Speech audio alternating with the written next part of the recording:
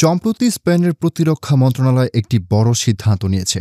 ইসরায়েলের অস্ত্র নির্মাতা প্রতিষ্ঠান রাফায়েল থেকে অস্ত্র কেনার চুক্তি বাতিল করেছে। রাফায়েল এমন একটি প্রতিষ্ঠান যা ইসরায়েলি সামরিক বাহিনীর সরাসরি সহযোগী। এই প্রতিষ্ঠান তৈরি করে মিসাইল, ড্রোন এবং উচ্চ ক্ষমতাসম্পন্ন অস্ত্র, যেগুলো ফিলিস্তিনের সামরিক অভিযানে ব্যবহৃত হয়েছে বলে মানবাধিকার সংস্থাগুলোর অভিযোগ।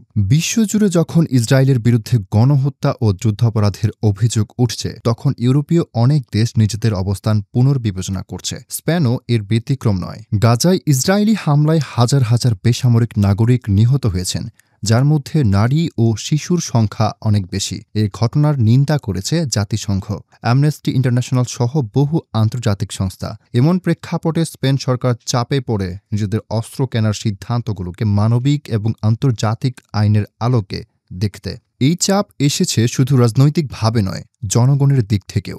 জনমত জরিপ ৭৫% স্প্যানিশ নাগরিক চান ইসরায়েলের সঙ্গে অস্ত্র চুক্তি বাতিল হোক। বিশ্লেষণকারীরা বলছেন, এই সিদ্ধান্ত কেবল অর্থনৈতিক নয়, এটি একটি স্পষ্ট বার্তা। স্পেন মানবাধিকার লঙ্ঘনকারী রাষ্ট্রের কাছ থেকে অস্ত্র কিনবে না। স্পেনে বামপন্থী জোট সরকার আছে, যাদের একটি বড় অংশ ফিলিস্তিনপন্থী অবস্থান নেয়। ফলে জনমতের সঙ্গে সামঞ্জস্য রেখে এই সিদ্ধান্ত এক ধরনের রাজনৈতিক দায়বদ্ধতার প্রকাশও বটে। আপনারা দেখছেন প্রতিদিন সকাল।